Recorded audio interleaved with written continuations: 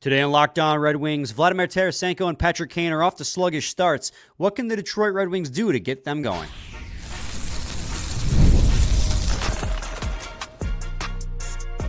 You're Locked On Red Wings, your daily podcast on the Detroit Red Wings. Part of the Locked On Podcast Network, your team every day.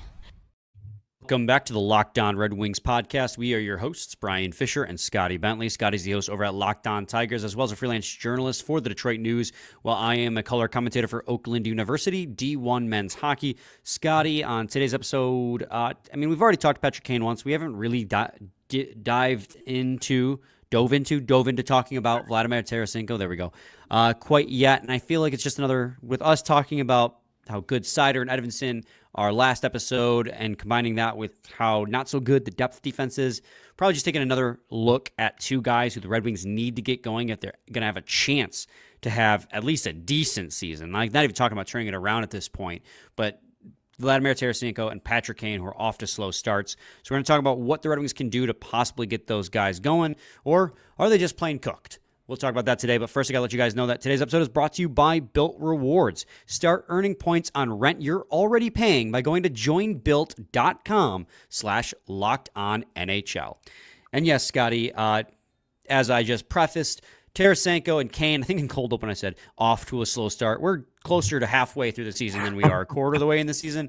They are having a down year. I think that is, you can say that pretty definitively at this point. Doesn't mean there's not time for them to turn it around, but they're having a down year. Vladimir Tarasenko has 12 points in 29 games, just 4 goals and 8 assists.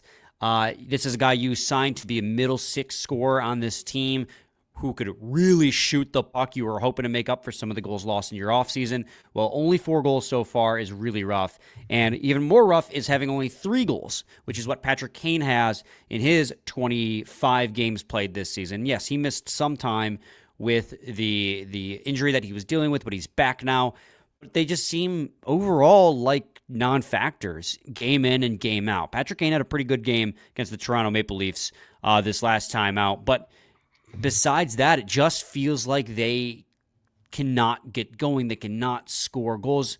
They're just struggling to even get the puck. Patrick Kane is shooting at 6% and Tarasenko is shooting at 6.2. These are from guys who are typically either your primary playmakers on Stanley Cup winning teams or goal scorers on Stanley Cup winning teams in their prime. I know though they're not in their prime anymore, especially Patrick Kane, but he had a great year last year. And Tarasenko was a very serviceable shooter last year with both the Senators and the Florida Panthers en route to another Stanley Cup for him.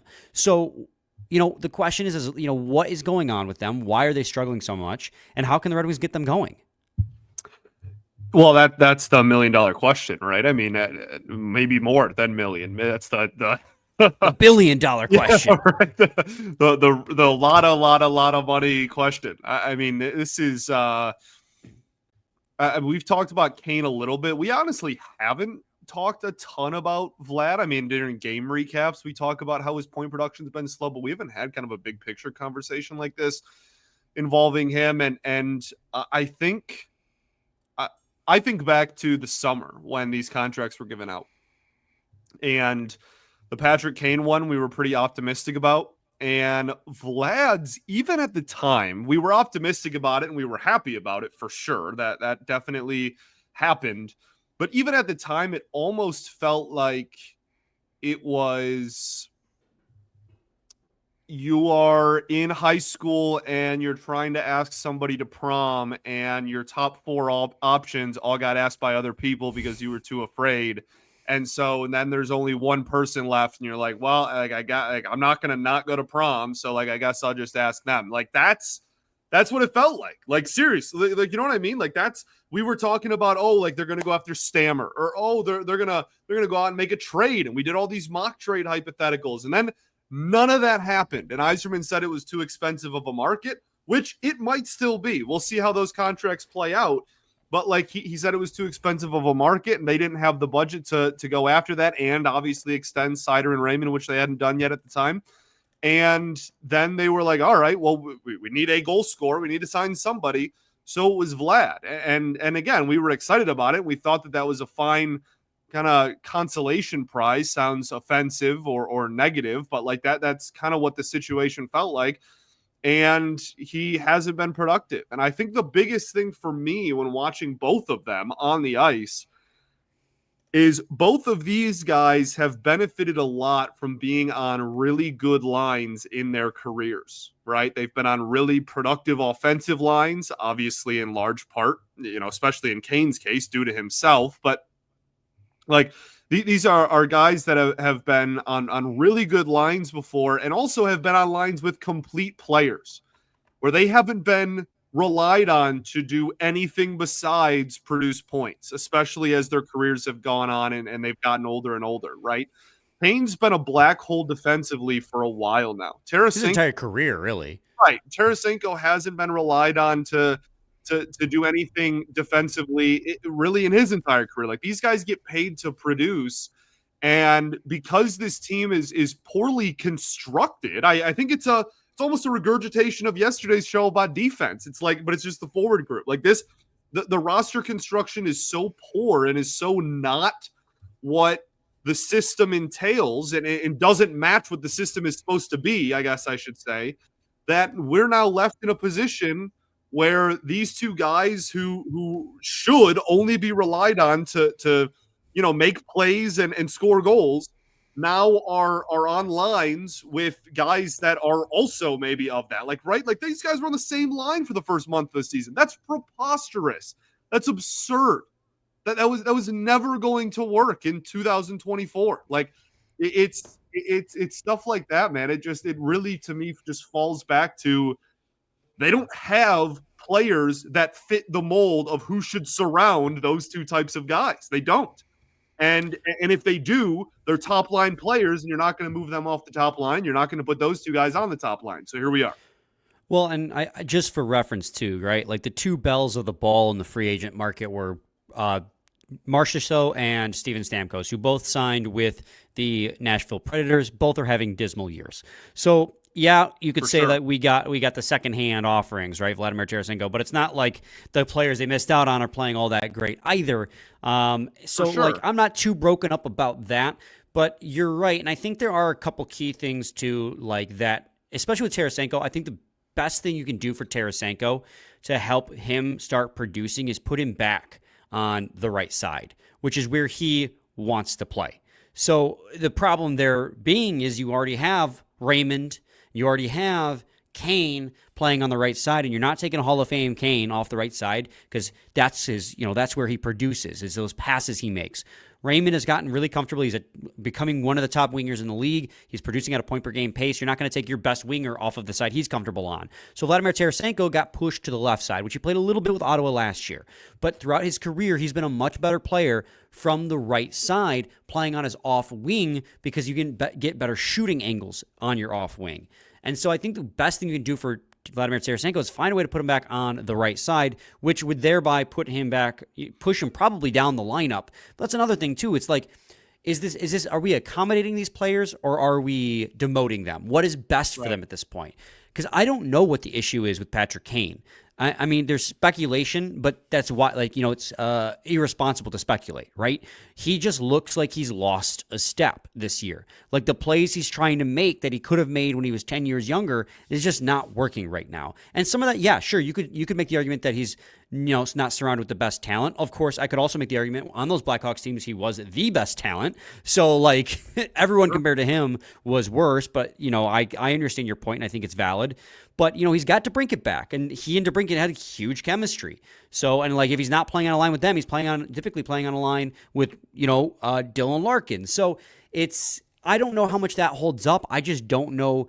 Tarasenko, I could see trying in on the right side, but I don't know where there's room for him. Kane, I don't know what you have to do to further accommodate him, because they've tried every single line combination known to man to try and get these guys going. And Scotty, to further my point, right? I talked about their actual point production, but when you look at the metrics, right? Corsi for percentage, which I know people are mixed on, but it's literally just shot attempts for versus shot attempts against. It's a very raw data. It's not even really an advanced stat. It's literally a counting stat for shot attempts. He ranks 18th of 22nd of players who have played in a winged wheel this season. So of course that counts guys like Oli Mata, who have played 7, Austin Watson, who have played 2nd, or played 2, LGRW. In fact, I'm going to take Austin Watson out of the equation because he comes in at dead last. Shouldn't even be part of the conversation. So he ranks 18th out of 21 players in expected goals for percentage at 42.38. He also ranks at 20th out of 21 players at 42.58% Corsi for percentage. And, Vladimir Tarasenko is not that much higher in any of those categories. When you look relative, both of those guys are very healthy relative. You have your expected goals for percentage relative to their teammates. He comes in at 18th out of 21.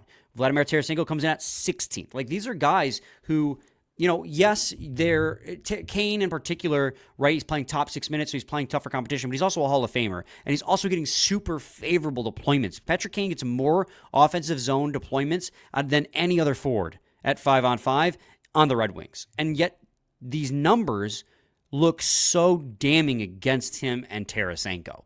So it's you've tried every possible line combination and nothing's working. So what's left to do besides demote them? Right. I'm not saying demote them to the Grand Rapids Griffins. I mean, that's down the lineup. Yeah.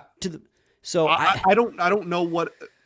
A, I don't know what else you can do. B, I don't know if there's like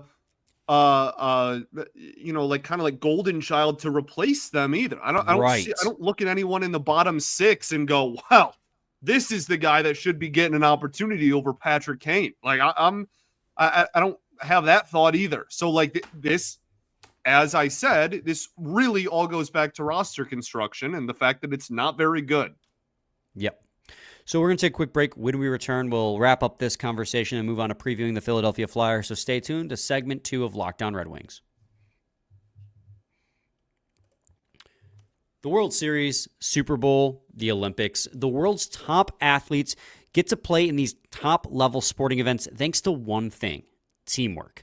And teamwork can also protect your financial legacy and your family's future. SelectQuote's licensed insurance agents are the perfect teammates when shopping for customized, affordable life insurance. They can find you the right policy to keep your financial legacy safely in your family's end zone. SelectQuote is one of America's leading insurance brokers with nearly 40 years of experience, helping over 2 million customers find over $700 billion in coverage since 1985. Other life insurance brokers offer impersonal, one-size-fits-all policies that may cost you more and cover you less, while SelectQuote's licensed insurance agents work for you to tailor a life insurance policy for your individual needs in as little as 15 minutes. Head to SelectQuote.com and a licensed insurance agent will call you right away with the right policy for your life insurance and your budget. SelectQuote. They shop, you save. Get the right life insurance for you for less at SelectQuote.com/LockedOnNHL. That's SelectQuote.com/LockedOnNHL today to get started. Today's episode is also brought to you by Bilt Rewards. If you're a renter, listen up. This is a total game changer. Thanks to Bilt, you can now earn points on rent payments just like you do with groceries and travel. Paying rent now comes with serious perks, and it's completely free to join. Earn valuable Bilt points on your rent and everyday spending at no extra cost. Redeem points towards flights, hotel stays, and even future rent payments. With over 500 airlines and 700,000 hotels in their program, the possibilities are endless. Access unique experiences that are exclusive to Bilt members. Start earning points on rent you're already paying by going to joinbuilt.com/LockedOnNHL. That's joinbuilt.com/LockedOnNHL to make sure you use our link so they know we sent you. Don't wait. Start earning rewards today. Segment 2, Locked On Red Wings podcast. Scotty, we kind of came to not a conclusion, but when the players you have in Tarasenko and Kane, who have got to be your secondary scoring, right? Your primary scoring is Larkin, Raymond, Cat, and they have been. They're the only ones on the team who have been scoring on a consistent basis. But when your secondary scoring is going to primarily be these two guys, one of which is one of the best players who have ever played the game, is a future Hall of Famer.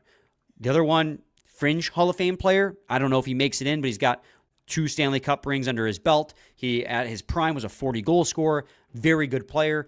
And yes, you brought them in when they're past their prime, coming down a little bit, but you still expect some production, and they're not producing. And you've gotten the line blender out to do everything in your power to get them to produce, and yet they still can't produce. what is left to do besides move them down the lineup? Can that be the solution? It can be an attempt to find the solution. Mhm. I don't know if it's the solution. I really don't. Like, again, there's not a great option to replace Kane in the That's top it. 6.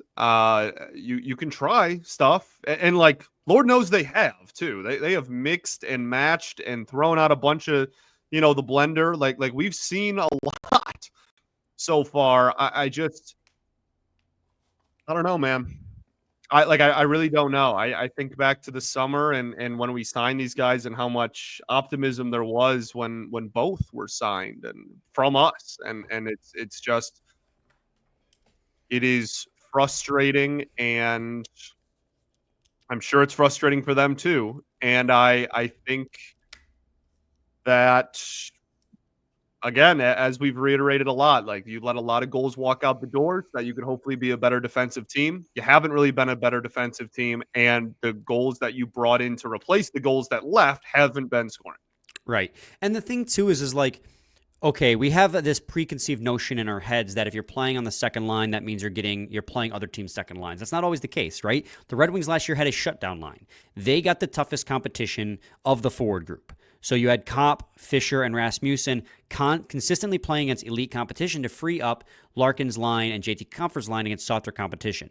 They're intentionally giving Patrick Kane soft competition. Even though he's playing in the top 6, that second line that he's on typically gets soft competition. So moving him down to the third or fourth line and presumably giving him less talent to work with doesn't necessarily equate to making his life easier if he's not. It's all about how they're utilized and how they're deployed. And to your point, there is no one, despite all of this, there's no one on this lineup that I would trust higher in the lineup than Tarasenko and Kane. Like, who's going to solve this?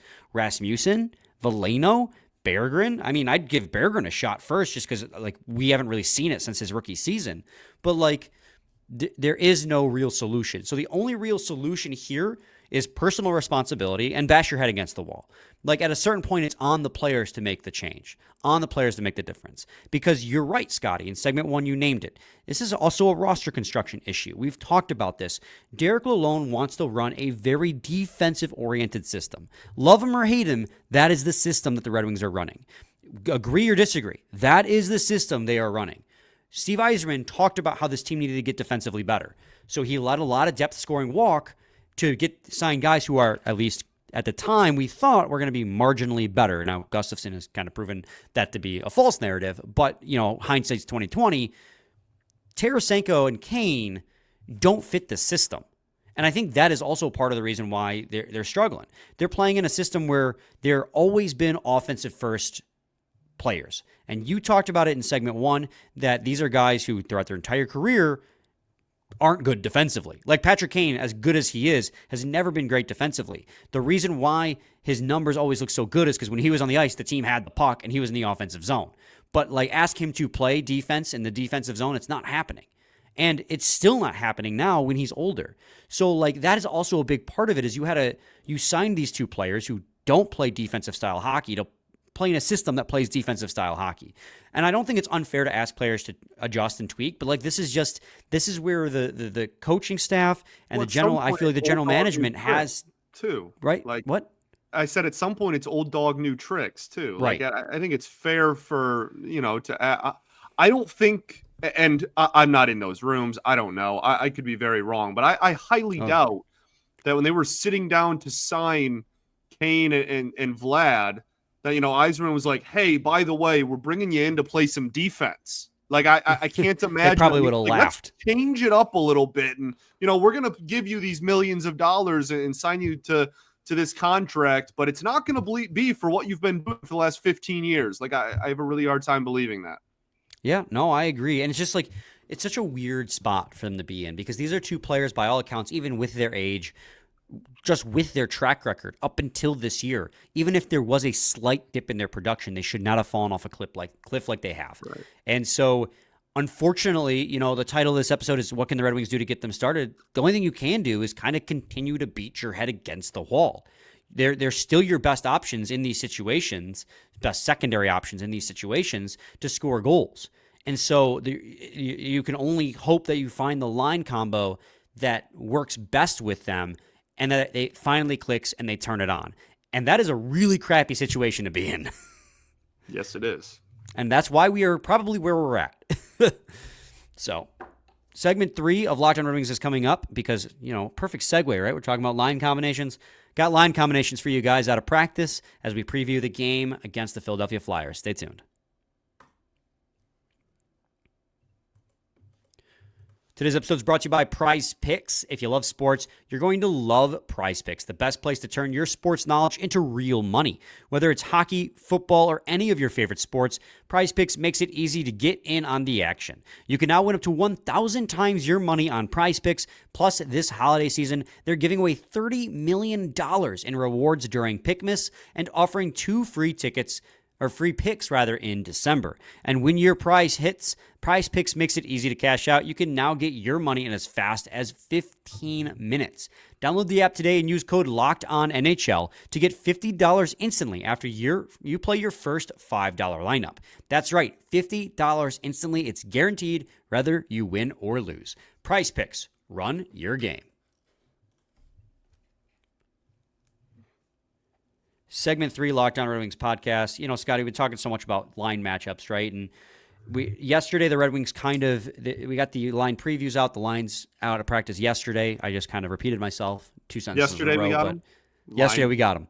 We got lines obviously, from yesterday? Lines from yesterday. And we're going to talk about lines today, which are going to be a repeat from lines yesterday, just with the sick and maintenance day players out. Okay, yeah, we got yesterday's lines out. And today's lines, too, which are the same as yesterday's lines. Okay, I'm with you now. All right. They're yesterday's and today's. Yes, both. But they're the lines. But they're the lines. Right. So, top line here, Scotty, in the theme of line blender, right, is Larkin, Raymond, Tarasenko.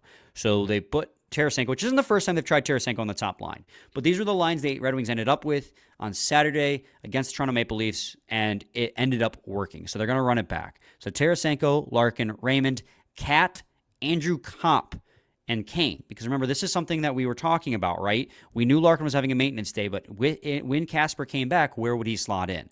So then after Kopp's line, it's Rasmussen, Comfer, Tyler Mott. And then your third line is Kasper, Veleno, and Berggren/Fischer. And the defense is all the same. So there's no point in going. It's the defensive pairs as you know them. When you see those forward lines, Scotty, especially when considering the conversation we had earlier today and the conversation we had regarding the lines yesterday, what are your thoughts? Like, where is your head at with Kopp centering Kane on the second line and Tarasenko getting a promotion to the top line? I'm down to try pretty much anything, man. Like I think again, like Kane at this point, I don't think should be on a top 6 line that doesn't have more defensive oriented players on it. So like Kopp with Kane, I think there's a possibility that works out a little bit better. It's a little bit more well-rounded of a line. You can deploy it in a little bit more like unique and different situations. I'm down, right? Like, and it might work terribly, but like at this point, everything else you've done has worked terribly too. So like, let's try it and see what happens. I think as far as Vlad goes, yeah, I mean, I would hope that putting him at the top line with the 2 best players on the forward group would lead to an increase in offensive production. Because if it doesn't, then I'm not sure what can. So like, yeah, I hope that's really where I stand. I hope that it does something. Yep.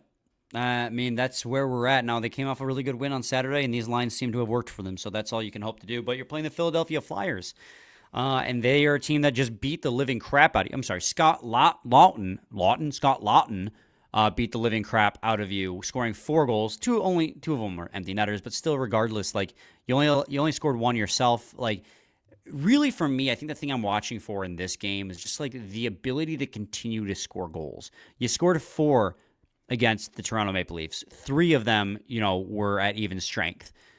Can you continue to score at least 3 goals a game? Because not scoring goals has honestly been costing you way more than allowing goals. The Red Wings this season, I think at least a few days ago, last I checked, were ninth fewest goals against at 5-on-5. They keep the puck out of the net just fine, but they can't get any offense going. So that's the big thing I'm going to be watching for in this game against the Flyers in this rematch is can the Red Wings get some offense going? Can these lines generate? Yeah, and it again, it just seems to be like something always goes wrong type of situation, at least outside of Toronto. So I'm with you. Like they're coming off a nice performance. You can hope that carries over a little bit. I think I my reaction to like every single thing they do at this point is just we'll see. Like Yeah. legitimately, it's like, well, it hasn't gone well, so like, yeah, I would hope somebody would change it up, and we'll see. I hope that it's consistent, but we haven't seen any consistency yet. So Yep. And I'm not going to sit here and break down the Philadelphia Flyers. If you want to hear me do that, we can just go back to play last week's episode. We did get an update on the goaltending. Lyon is good to go, but they're still unsure if they'll start him or Husso. So we at least have 2 goalies back. Talbot's, I think they said not expected to be back until this weekend. So it's nice to have Friday Alex is Lyon back. yeah, Friday's the expectation for him. So it's Okay. there's a chance that by Friday's game we have all 3 goalies we came into the season with healthy, which Wow. would be the first time that's happened in a while. But I mean, as we've stated a lot, man, like the goalies aren't the reason why the Wings find themselves where they do in the standings. So it'd Can be you great kill a to penalty? have. Talbot's been one of the best goalies in hockey, so like obviously we want to get him healthy. And Lyons had a couple of really good stretches this year when he's been healthy. Husso is like, it'd be great to have all 3 of them, fully healthy. Right. But it's like yeah, great, but that, it's not really been the issue. So wishing for health for everybody. It'll certainly make the games more competitive. I think at a minimum. Also, I'll be at the game, so if you see me, say hi. Other than that, Scotty, any final thoughts? I don't think so, man. We ball. We do be balling. We'll be back with a new episode tomorrow to recap the game against the Flyers. Stay tuned for that. Same time, same place. It's your team every day. Every day.